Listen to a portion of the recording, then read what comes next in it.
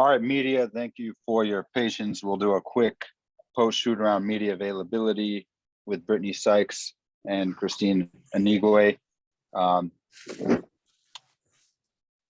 get started with Ross Golden Wude with Spectrum Sportsnet.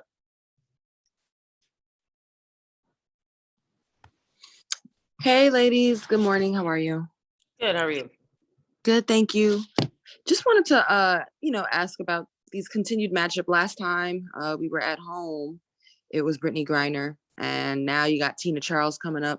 What's really key in these matchups where, you're still without the Agwumakeys, so just making up for that size? I think it's one of those things where we looked ahead in the schedule and we knew that we were going to be playing some dominant players in the paint. And it's just one of those things where we just have to keep banding together now, that we still don't have Chene and Nneka, but we have Kristine, we have Z, we have Nia, we have Bria, we have bodies that can definitely guard and defend players. Tonight we have Tina Charles and Plaisance and a couple other bigs on their team, but Charles takes up a lot of attention and she's been balling, but we look forward to getting in there and trying to stop her. She's a great prolific scorer. So our job is to make sure that we limit those touches or make those points as hard as possible. Kristine, you as well. And also knowing that Tina's very multifaceted, I guess what would be what are the priorities then? The priorities? Yeah. I think for us, we're just trying to use our strengths and run and have pace and play with the high tempo. Not a lot of teams in this league can do that for 4 quarters. So I feel like I credit our team and our staff just believing in what we do. And as you can see, we're not losing games by lack of effort. It's more so just that experience that we're lacking. So I feel like the more experience that we get playing with each other, the more confident we're getting and the better we defend others. So I think now we all kind of know how each other plays. So it's going to be a fun game to play. And I think also Nick and Chene are still with us. They're still on the bench. They're coaches right now, essentially. And having them on the bench is really, really, really helpful for us. So I'm really excited to play Tina tonight. Again, she's a really good scorer, but we have good scorers, we have good defenders, and we have all that we need. They beat Seattle with 7 players, and I feel like that's fatigue. Fatigue sets in, and now we can play with that high tempo, high energy that we're used to playing with. What about for you, Kristine? Basically, from the point where you got picked up on the hardship exemption. Of course, you played with the team before, but to now, how would you describe the way you're feeling comfort-wise and kind of rhythm-wise with this team? Mixed feelings, honestly. I feel like it was hard. I played overseas for 7 months, 6 months from the bubble. I haven't really seen my family, and this is I guess these are this is my family now. It's hard being on a hardship. You have to live in the hotels. We can't really be with our family right now, and this is giving me life, playing basketball, what I love to do. This is just keeping me motivated, keeping me strong, and I'm just grateful to be playing in LA with all the support that I have. My coaches are here, my trainer is here. I have so much here, and that's my family, and this is my family. So I'm grateful, but also it is hard. It is, when we talk about adversity, we talk about just persevering and getting stronger and learning lessons. And I think I'm glad everything happened the way it did, because it's just making me stronger. It's keeping me disciplined, and it's bringing out the love of the game that I have. So I'm excited to continue to play in LA with this staff, with my teammates, essentially family, and it's just exciting. Every game's an opportunity for us to get together, play harder, play for each other, learn each other. We all have a lot of emotions on this team, so we're all just trying to it's all out of love though. It's all out of love. It's nothing like malicious. So that's why I feel like I'm super comfortable here. And yeah, so. And my last question would be just because I haven't asked it to you guys, is just if you have any further reflections on kind of what happened with NECA being left off of the USA national team. If there's something you want to add to the conversation about, I guess, the overall disappointment. Yeah, it's terrible. I don't take that back. I meant what I said, but honestly, for real, it's crazy that, you know, somebody like NECA and the resume that she's carried for her entire career, you know, to not even give her, you know, a chance or give her a reason, you know, why there wasn't a decision being made that she would be on that team. You know, she's been in the league, what, 10 years now? 10 years. And I mean, she's the president of, you know, our league, our, you know, our committee. Shoot, I mean, go off of last year with just the bubble alone and the things that she had to do. And it wasn't just her, but we're talking about NECA here, right? And I mean, it's NECA, like it's NECA. And it's just crazy. It's crazy. I really, really wish things could have been different for my teammate, but we all have her back and we know that she's more than capable of being on that team. And, you know, there's no bias in it. I just truly believe that my teammate should have been there. If I was on another team, I still would have been. When I was with Atlanta, I felt NECA should have been on the team, you know, when there was a couple of tournaments being picked for those teammates. So we stand with her. I think like I've always, you know, Becca's been someone that I've always looked up to. Like she went to Stanford, went to Cal. She set the bar. She's one of the rare players in this league that has their name like transcends like outside of basketball in the community. So like and the way that this like has exploded shows you to be a woman of color in this society alone is like hard, but to like have to be Nigerian and to have all the athletes that you have and not being able to represent the country that you chose to represent. She chose to represent USA. Like she could represent Nigeria, she could be on the Nigerian national team. They're in the Olympics, you know? Right. So like she chose to be on the USA. For how long has she been in the pool? Like, and for her to break all the records, for her to set the standard at the USA camps every single time she went, set the bar. She set the bar. Her name is stamped. U16, U17, every single time Becca has played in the USA team, in the USA pool, she has set the standard, she has set the bar. So again, it goes to show you that Black women have to work 10 times as hard every single time to get 1%. And to be like Nigerian, to have all those accolades and to choose to represent a country that doesn't want you to represent them, it's like it's beyond just basketball. It's like just like how our society is built. And I feel like a lot of people don't talk about that. And I think it's also like Becca's never going to say, "Oh, I should have made the team." That's never coming out of her mouth. She is humble. She's not going to say that, and she always takes the high road. And Shanae said that in her Twitter post. Becca will always take the high road, and it's just like heartbreaking for me to see her every single day come with positive energy. She literally couldn't play in the playoff game last year. Why? Because she carried the whole WNBA on her back in the bubble. She made WNBA alive in the bubble. And you're telling me that she can't be on the USA team? She's the reason why the WNBA is the WNBA. And you're telling me why she can't be on the USA team? Like, explain that. She is the reason why the WNBA survived in the bubble last year. And it's just disrespectful.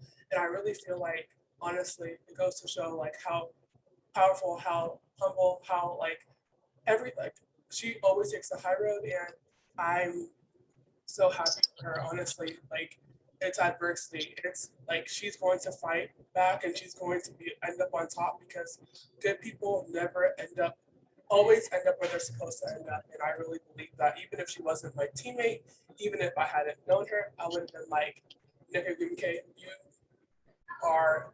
you're stamped in this league, in this society. And I really just wanted to say that like to her, but I already know like Kristine, I'm okay, it's life. And that's how she is. She always has that attitude. She's one of the best leaders, one of the best teammates I've ever had. And yeah, I love her so much, and I'm just so sad that she didn't get the opportunity to be. She should have been a two-time Olympian, but now she is not Olympian at all right now. But she will be. I know she will. So Thank you, ladies. That's very well said, and I truly appreciate your passionate words. Thank you. Thank you.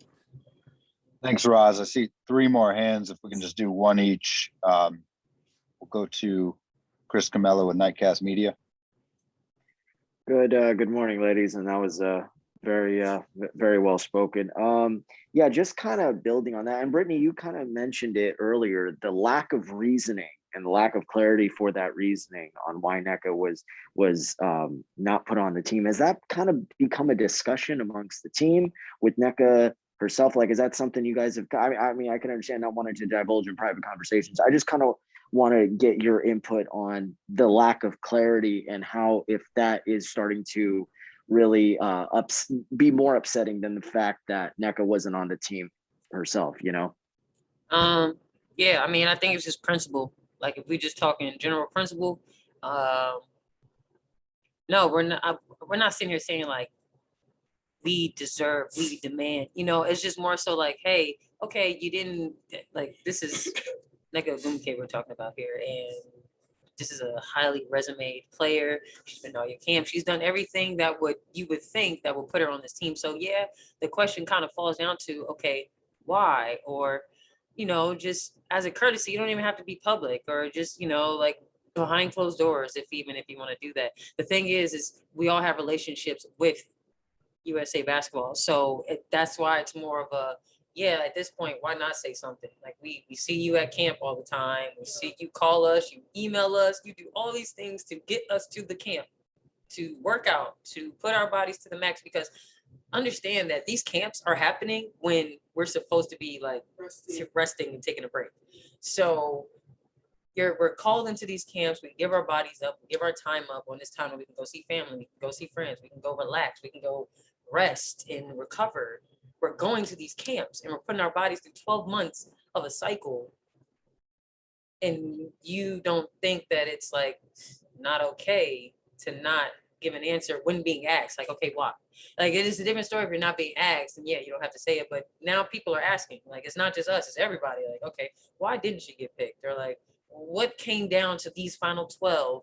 Because mind you, all 12 that picked them are more than capable, but we're saying that Becca was capable too. And it's been more times than not. There's more times not than it has that she hasn't been picked. She hasn't been picked at all. So we're just trying to figure out why. So I think I said a lot. I've already said a lot. My first go around. Thank you both. Last 2, John W. Davis, Winsider. Good morning. I appreciate your comments on NECA. I'd like to ask about something else if I could, respectfully. I feel like with 7 steals, you know, in the last game, you're starting to get the stats that voters are going to look at when it comes to awards, Brittney. If you could make the case in your own words. I know we've talked about it from day one, but I think the stats are getting there to back this up. Kind of make the case yourself why you think you should be Defensive Player of the Year and first team. And then Kristine, I know that you go hard on defense as well. What do you like about Slim's defense? I'll go first, so she's gonna talk about herself. That's all. Thanks, Chris. I feel like, honestly, like, I call her Bubble Slim. Every time she like has a good breakout game, I'm like, that's Bubble Slim. That's what she does. Like, in the bubble, Slim was so focused. Like, every single game, I was like, dang, why did Atlanta trade her? How did Atlanta trade her? Like, every single game when she was playing in the bubble with that energy, like, she brings, like, she makes me want to play harder. I feel like when you have a player like that, I feel like the definition of defense is activity and energy. Like, and that's what, like, she does. And also, she understands other players' weaknesses, so she pushes them into their weaknesses.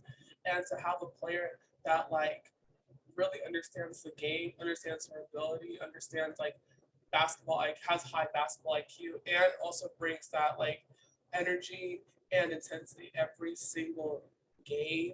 And also like throughout the injuries that we had, the role that she's had to step in, fill in, it's been very like, for me being back here, I don't know how she played before I got here, but I know when I see Bubble Slim, that's the defensive player of the year.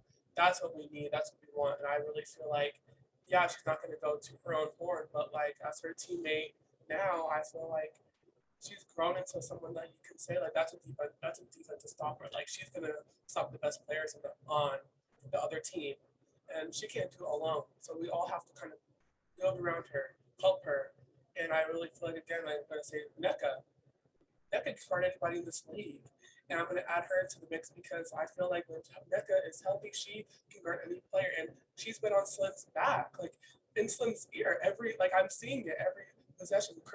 Slim, you need to be doing this, and this. So having that ear, like increasing her IQ, increasing her just ability, giving her that confidence, I really feel like Slim is like a contender and it should be talked about more. Just like other people on other teams are being praised for offensive ability, she needs to be praised for her defensive ability. Like I feel like any coach would want a player like Slim on their team.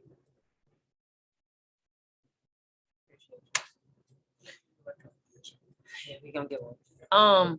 I mean, okay, man, I've been waiting for this moment. I want when it comes to decoy, I really want to like challenge the actual title, like defensive player of the year. You know, I feel like there's been times where we've applauded things that should be like naturally done by people above 6'4". Like, you know, I'm not taking away the like defensive players that have won in the past years, or we talking about NBA too. We are like NBA and WNBA. Like we really need to like sit down and really discuss like what makes a defensive player, because if it's rebounds and steals, then everybody should be defensive player of the year, because everybody rebounds and some people steal. But, and I mean to say that in a sense, because when we really looking at a decoy, I look at, okay, how are they, the people that they're primarily guarding, right? What are their stats? How is their games versus you, versus everybody else in the league, versus you, versus everybody else who's going for decoy? How did they guard that player? You know, whether it's a guard or a post, but still like their efficiency rating, you know, or the individual's defensive rating. I look at those things. The last guard to win it was Elena, right? 2 back-to-back, right? Like, was it 17 and 18, right? 17 and 18. I look at those. I look at Alicia Clark's. I had looked at Alicia Clark's stats, what made her the top 2 candidate for Defensive Player of the Year. You know, I've looked at even post players, and that's why I make the comment of like, okay, well, if we're going to talk about Defensive Player of the Year and it only comes out to rebounding and a couple steals a game, like that's not defense, you know. And obviously, it's being a presence, but I also feel that goes in the decoy, like having your presence felt. I know every night I step on that court, that coach on the other side, they are trying to figure out how the heck can I get my player open? How the heck are we going to figure out this offensive sets with Brittney on the court? It has to be, because that's my goal every game. I go and I sit with LT and we talk about film. We break down film on myself and we break down film of other players that I have to guard, other players' teams. What do they do when we do this? I look for little holes in little gateways to make me that much better on defense. And I even told her this morning, it's fun being able to continuously grow in this defensive field. There's never a field that you are going to be perfect in, because everybody's game is different. So to just come in every day and just be excited about, you know, guarding, it's fun. But on the back end of that, I just want to make it very clear that I am a two-way player. Like I am really, really tired, not tired, but it's kind of frustrating. Like when I go back and I watch games, or I hear talks about like, you know, like, oh, she has an offensive side. It's like, I didn't play defense my first 3 years of the league. Like everybody knows that I can score, that I'm a scoring guard. It's just now that I have this defensive prowess on me where I just want to challenge myself. But I am indeed a two-way player. And the beginning games were a little rough. I had to figure it out, but I'm figuring it out in these past 3-4 games. But I'm a two-way player, and I just want to put that out there for myself. Like, I can score. I am a bucket. Okay. I am a bucket. But you know, that is as much as I'll go past the humble strike, because it was just getting it was getting under my skin a little bit. But yes, Depoy is my goal, in first team defense is my goal. And I just know that I know who I am to my team. I know my role, and you know, I take that with a lot of pride, and I take that and I strive with it, and I come in every day to work to be the best team that I can be. Thank you both.